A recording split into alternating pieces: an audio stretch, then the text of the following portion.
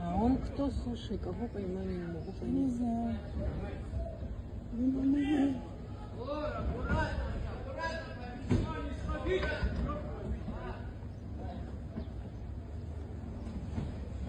Ага.